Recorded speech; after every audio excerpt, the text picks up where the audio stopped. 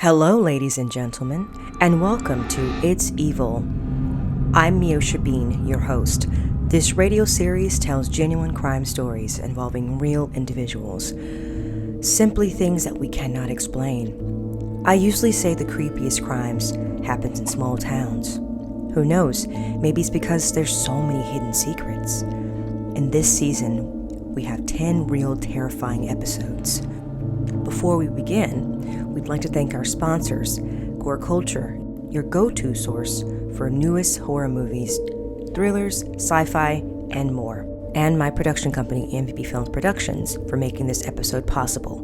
Welcome to It's Evil, Real Atlanta Cases. On the morning of October 5, 1998, the Gwinnett County Center received a call regarding 52-year-old Donna Roper. They found the door open and a gruesome trail of blood. When you enter a house and find that amount of blood, you know something's amiss. Officers quickly checked Donna's vital signs, and to their astonishment, she was still alive. As doctors worked furiously to save her life, investigators notified her family and secured a search warrant. There were no fingerprints. There just really wasn't anything there that would lead us to a suspect. Detectives were not able to locate any evidence of the firearm casings, but the house had been ransacked.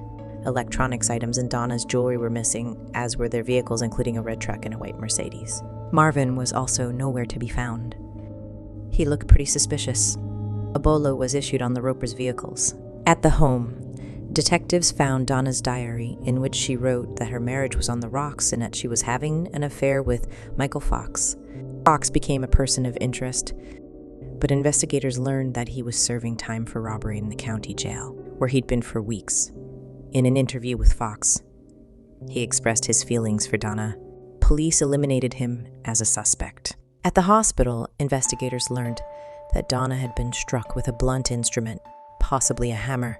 2 or 3 of her wounds had penetrated at least 2 inches into her brain, according to David Henry, a retired detective with Gwinnett County Police Department. Investigators expanded their search of the Roper property and found Marvin deceased in a workshop in the barn. Like his wife, he had been bludgeoned to death, likely with trailer spring that was found covered in blood near his body. Police were back to square one, though they found something unexpected near Marvin's body in a barn.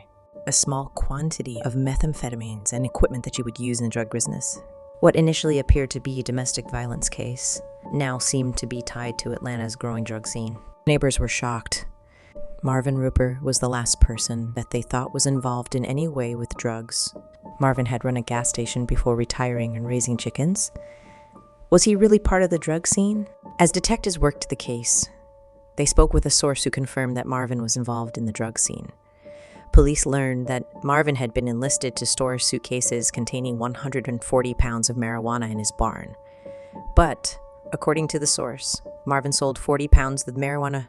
Then someone broke into the barn and stole the remaining 100 pounds. Police considered that Marvin's murder may have been retaliation. Meanwhile, Donna was in a coma and unable to give investigators any information about Marvin's alleged involvement with drugs. Detectives reached out to the narcotics unit, which confirmed that Marvin had been on their radar for some time. He had sold drugs to undercover officer 6 months before the murder. But Marvin hadn't been arrested because investigators were hoping that by monitoring his actions, they could get more information.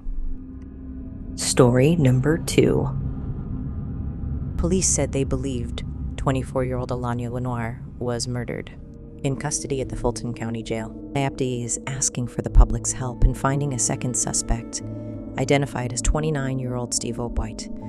Both face charges of felony murder and felony concealing a death. Lenier was last seen on July 30, 2022 at the Peachtree Midtown Apartments, located at 1600 Peachtree, St. Reynolds is charged with murder, concealing death of another, financial identity fraud, forgery and fraud, the first degree, tampering with evidence and possession of controlled substance and schedule. We are following some breaking news right now on 11 Alive Plus, where Atlanta police about to give an update in the case of Alania Lenoir. The 24-year-old woman was last seen July 30th at an apartment complex on Peachtree Street. So let's get you now right to Atlanta police with that update.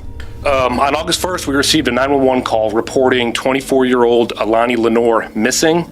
As with all missing persons investigations, that case was immediately assigned to our missing persons unit, where they began to follow up on that case. Thanks to the media, we did push out a bolo for that missing person, and we began to receive numerous tips and information that gave us a starting point to work in this investigation.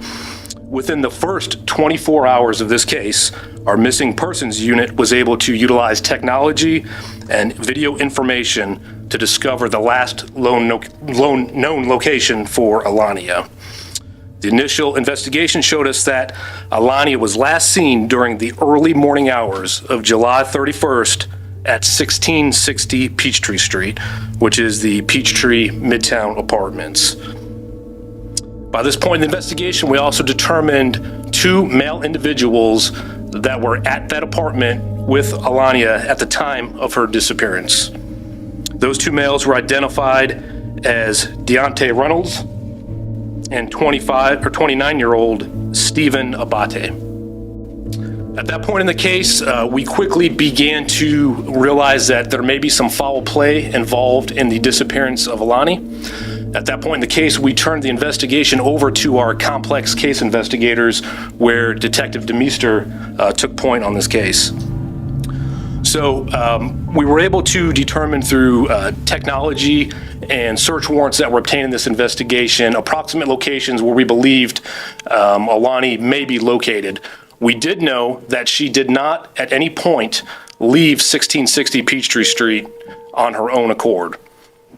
We do believe that she had died inside of the apartment and that it was potentially relocated to an undetermined location.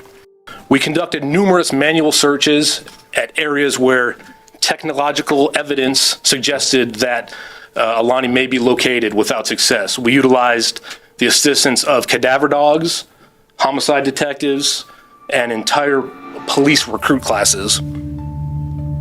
At this point, we have developed enough evidence to suggest that Alania was murdered and that her body was disposed of.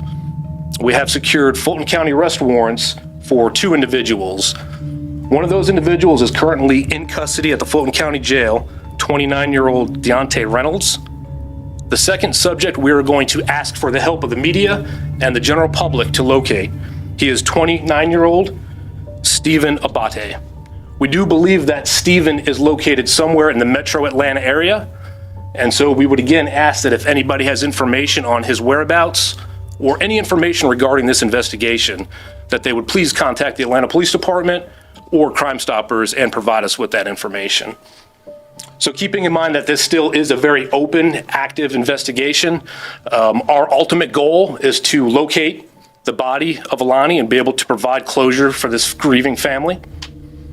But we will take some questions that we are able to answer at this point. Were there any leads or tips that led you to that? I know you said it was like technology, but were there any leads or tips that led you to that location as far as where you believe she was killed? So that's the great job that our missing persons unit did right off the bat. And again, every missing persons case that we get, we investigate aggressively.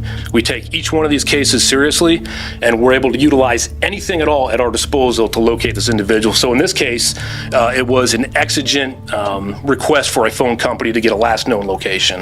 And that's what led us initially to that apartment complex. Did Alania know the 2 gentlemen prior to that night? So we do believe that they did have a brief acquaintanceship or relationship. They were not complete strangers at the point of that night inside of the apartment.